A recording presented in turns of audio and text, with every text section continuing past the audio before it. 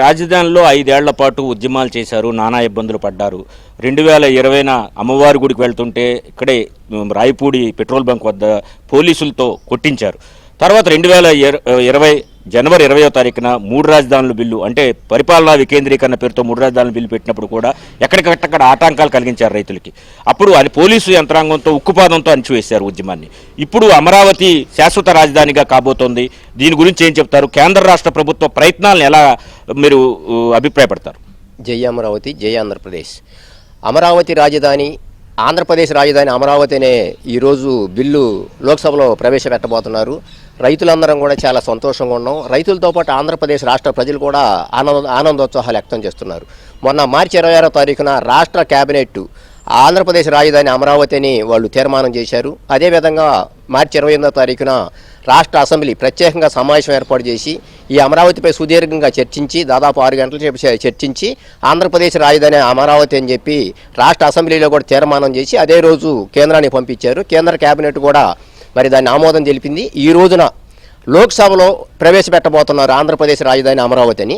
ఈరోజు 12 గంటలకు ప్రవేశపెట్టబోతున్నారు. అక్కడ లోక్సభలో ఆమోదం పొంది రేపు రాజ్యసభలో కూడా ఆమోదం తెలపబోతుంది. రాజ్యసభలో ఆమోదం పొందిన తర్వాత రాష్ట్రపతి గారికి పంపిస్తారు. రాష్ట్రపతి గారు మరి అక్కడ గెజెట్ నోటిఫికేషను ఏకైక రాజధాని, శాశ్వత రాజధాని ఆంధ్రప్రదేశ్ రాజధాని అమరావతి అని చెప్పి వారు కూడా గెజెట్ నోటిఫికేషన్ ఇవ్వబోతున్నారు.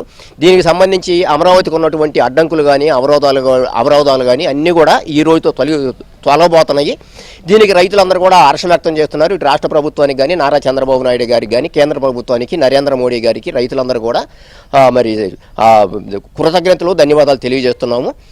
గతంలో మరి ఎన్నో ఇబ్బందులు పడ్డాము. మరి ఆ రోజున అమ్మవారి గుడికి వెళ్తుంటే కూడా ముడుపులు తీసుకుని అమ్మవారి గుడికి వెళ్తుంటే రైతుల మీద, మహిళల మీద ఈ వైసీపీ ప్రభుత్వం పోలీసుల చేత విచక్షణారహితంగా దాడులు చేసి, దౌర్జన్యం చేసి, దమనకాండ చేసి, మహిళలను కూడా చూడకుండా, చిన్నపిల్లలను చూడకుండా, వృద్ధులను కూడా చూడకుండా వాళ్ళ మీద లాఠీ చార్జీ చేసి జైల్లో పెట్టినటువంటి పరిస్థితి.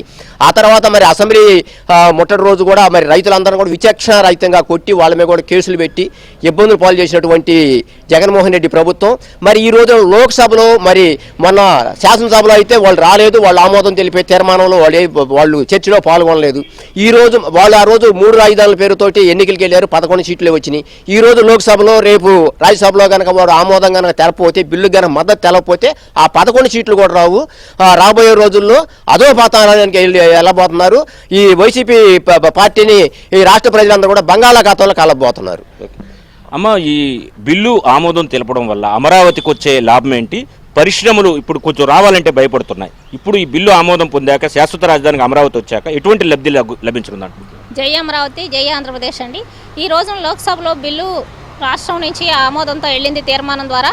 అక్కడ 12 గంటలకు బిల్లు ప్రవేశపెట్టబోతున్నారు. ఈ రోజు మేము ఎంతో ఆనందంగా ఉన్నాం. అక్కడ బిల్లు ప్రవేశపెట్టడంతో ఏ విభజన చట్టం ద్వారా అయితే ఇక్కడ ఆంధ్రప్రదేశ్ రాజధాని ఏర్పాటు 10 సంవత్సరాలు ఉమ్మడి హైదరాబాద్ తర్వాత స్వతంత్రంగా రాజధాని ఏర్పాటుకి అమరావతి ఈ 10 సంవత్సరాల నుంచి అమరావతి రాజధానిగా పేర్కొనబడింది. దానికి ఈరోజు చట్టబద్ధత రాబోతుంది. ఇప్పుడు ఈ చట్టబద్ధత ద్వారా గత 5 సంవత్సరాల్లో పరిపాలించిన సైకో పాలన నుండి విముక్తి, నిజమైన విముక్తి ఇప్పుడు వస్తుంది. ఎందుకంటే కూటమి ప్రభుత్వం అధికారంలోకి వచ్చినా వాళ్ళ చెడు ప్రభావం, చెడు నీడ, రాక్షస క్రీడ యొక్క నీడ ఇంకా కొనసాగుతుంది. ఎందుకంటే వాళ్ళు పదవి నుంచి దూరమైన 11 సీట్లు పొందినా వాళ్ళ మాటల యొక్క ప్రభావం ఇక్కడ పెట్టుబడిదారుల మీద, పారిశ్రామికవేత్తల మీద, యావత్ ఆంధ్రప్రదేశ్ ప్రజలందరి మీద కూడా ఇంకా భవిష్యత్తులో వీళ్ళే వస్తారేమో, వచ్చి మళ్ళీ మేము 3 రాజధానులు చేస్తాం, ఇక్కడ 1,00,000 కోట్లు పెట్టుబడి పెడుతున్నారు అని దుష్ప్రచారం చేస్తూనే ఉన్నారు. ఈ యొక్క జీవో ద్వారా వచ్చే పెట్టుబడిదారులకి ఎలాంటి భయం, ఆందోళన, సందేహాలు లేకుండా నిర్భయంగా వచ్చి ఇక్కడ పెట్టుబడులు పెడతారు. వాటి ద్వారా రాష్ట్రం ముందడుగులోకి వెళ్తుంది. ఇక్కడ యువతకి మంచి ఉపాధి సౌకర్యాలు పొందుతారు. ఎప్పటికీ వైసీపీ నిమిషానికి ఒక స్టాండ్ పేర్కొంటూ అమరావతిని విచ్ఛిన్నం చేయాలని చూస్తున్నారు. మొదట ఒకే అమరావతి రాజధాని ఇష్టం అని పేర్కొన్నారు. తర్వాత 3 రాజధానులు అన్నారు. తర్వాత ఇక్కడ ఇష్టం ఉండొచ్చు అని ఒక నాయకుడు మాట్లాడుతున్నాడు. అమరావతి అంటే మాకు ఇష్టమేనంటున్నారు. అంటున్నారు. ఈ విధంగా పేర్కొంటూ పోతే వాళ్ళకి ఇక పుట్టగతులు ఉండబోవు. అమ్మ, ఫైనల్గా చెప్పండి, ఏం చెప్తారు అమరావతి రైతులకు? ఇది ఎంతవరకు లబ్ధి చేకూరుస్తుంది అనుకుంటున్నారు? జై అమరావతి, జై ఆంధ్రప్రదేశ్. మన ఆంధ్రుల శాశ్వత ఏకైక రాజధాని అమరావతి అని గర్వంగా తలెత్తుకుని చెప్పుకునే వ్యవధి ఇంకొక కొన్ని గంటలు మాత్రమే ఉంది. ఎందుకంటే ఇది ఆల్రెడీ ఇప్పుడు లోక్సభలో ప్రవేశపెట్టనున్నారు. ఆల్రెడీ ఇక్కడ రాష్ట్ర ప్రభుత్వం తీర్మానం చేసి పంపించినందుకు ముందుగా కూటమి ప్రభుత్వానికి ధన్యవాదాలు తెలియజేసుకుంటూ, అలాగే దీన్ని లోక్సభలో ప్రవేశపెడుతున్నందుకు గాను కేంద్ర ప్రభుత్వానికి కూడా ధన్యవాదాలు తెలియజేసుకుంటున్నాము. ఓకే, మొత్తం మీద తీసుకుంటే కనుక రాజధాని అమరావతిని శాశ్వతత్వం కల్పిస్తూ ఈరోజు లోక్సభలోను రాజ్యసభలోను తర్వాత రాష్ట్రపతి ఆమోదం పొందబోతున్నటువంటి చట్ట రూపంలోకి రాబోతున్న బిల్లుకు సంబంధించి రైతులందరూ కూడా హర్షం వ్యక్తం చేస్తున్నారు. ఇదే కనుక జరిగితే అమరావతిలో వచ్చే పెట్టుబడులదారులు ఎలాంటి భయాందోళనలో గురి కాకుండా వస్తారు, రైతుల్లో కూడా ఒక భరోసా లభిస్తుంది. కాబట్టి రేపు ప్రభుత్వాలు మారినా, రాజులు మారినా, రాజ్యాలు మారినా రాజధానులు మారు అనేది ఈ రోజు చేసే చట్టం ద్వారా స్పష్టమవుతుందని రైతులందరూ కూడా చెబుతున్న పరిస్థితి అయితే ఉంది. Right, thank you Satya, thanks for the updates.